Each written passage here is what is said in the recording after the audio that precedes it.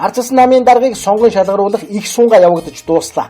Лавл намын шинжлэгдсэнгүй. Харин ч дордсон байж мэдэх юм. Сүүлийн жилүүдэд газар авч хууль шүүхийг нь тоохоо болоод байгаа мөнгө тараах явдал гарсан ч авч хэлцэх шинжгүй гардуулсан мөнгө тараахчийнхаа эрхийг баталгаажуулах гэж байх шиг байна. Энэ сонгуулиас бид их юм мэдж авлаа. Нэгдүгээр Монгол улсад шудраг үнийг хэлтрхийж байхгүй болжээ.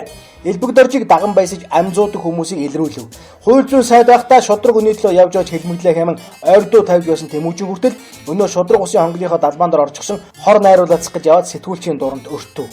Хулгайч баяр цогт сайхан бэлэг луу бол Тэмүүжин нар хулгайч муу шиг сэмхэн ирсэн гэх ба Батчимэг Баттүгш нарыг Элбэг доржийн зөвлөх Ганбаатар буюу Габи Апу Батхуугийн нэрээр байх Монголын баг сумдын үндэсний холбооны байранд хүргэж иржээ. Эдний цугласан зорилго нь ямар ч аргаар хамаагүй луугаан төмөр эсвэл Эрдэнэийг Ардчилсан намын даргын суудалд заалах явдал байсан гин.